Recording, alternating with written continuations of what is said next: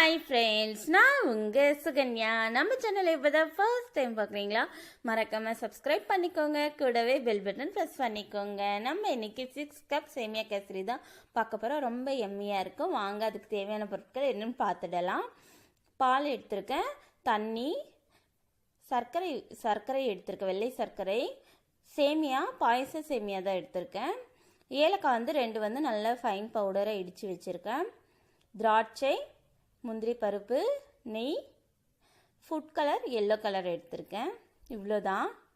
என்ன எவ்வளோ பொருட்கள், என்ன மெஷர்மெண்ட் எல்லாமே நான் அப்படியே சொல்கிறேன் அதை ஆட் பண்ணும்போது. இப்போ வந்து கீ வந்து நான் ஒரு 2 ஸ்பூன் ஆட் பண்ணிக்கிறேன்.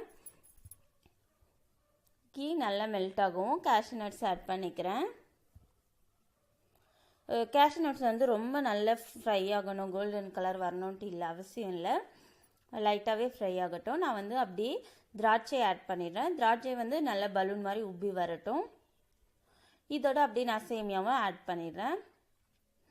நம்ம கேசரி செஞ்சுட்டு இன்னொரு பேன்லேருந்து தாளித்து கொட்டுறதோட இதுலேயே நம்ம செய்யும்போது நமக்கு அந்த ஒரு பேனில் வந்து ஆகக்கூடிய அந்த திரும்ப நம்ம அதை கழுவணும். அதனால் எல்லாமே ஒன்றா செய்யும்போது ரொம்ப நல்லா ஈஸியாகவும் இருக்கும். அதே சமயம் அந்த கேஷ்யூ நட்ஸ் வந்து நல்லா குக் ஆகும். இதில் வந்து சேமியாவை ஆட் பண்ணி நான் நல்லா ஃப்ரை பண்ணிடுறேன். சேமியா வந்து 1 கப் சேமியா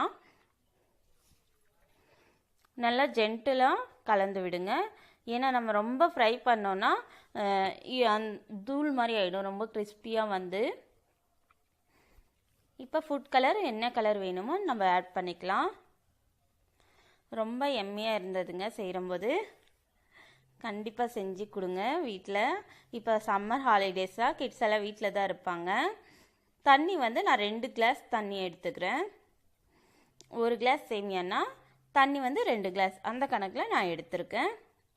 இப்போ இதை வந்து நல்லா கொஞ்சம் மிக்ஸ் பண்ணி விட்டுட்டு எல்லாத்தோடையும் கலந்து விட்டுட்டு, ஏன்னா கலரிங் வந்து எங்கேயாவது கட்டி மாதிரி இருக்குதான்னு பார்த்துக்கலாம். அதனால் நல்லா மிக்ஸ் பண்ணி விட்டுட்டு லிட் போட்டு க்ளோஸ் பண்ணி ஒரு 5 மினிட்ஸ் சிம்மில் வச்சிடலாம். நல்லா தண்ணி வந்து நல்லா இருத்தி வரட்டும். இப்போ ஓப்பன் பண்ணி பார்த்தா நல்லா குக் ஆகிருக்கு.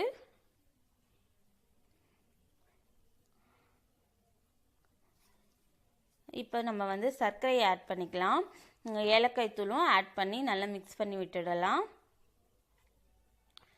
ஏலக்காய் தூள் நல்லா மிக்ஸ் பண்ணி விடவும் சர்க்கரையை ஆட் பண்ணிடலாம். 1.5 கப் சர்க்கரை நான் சைடில் வேணால் கொடுக்குறேன்.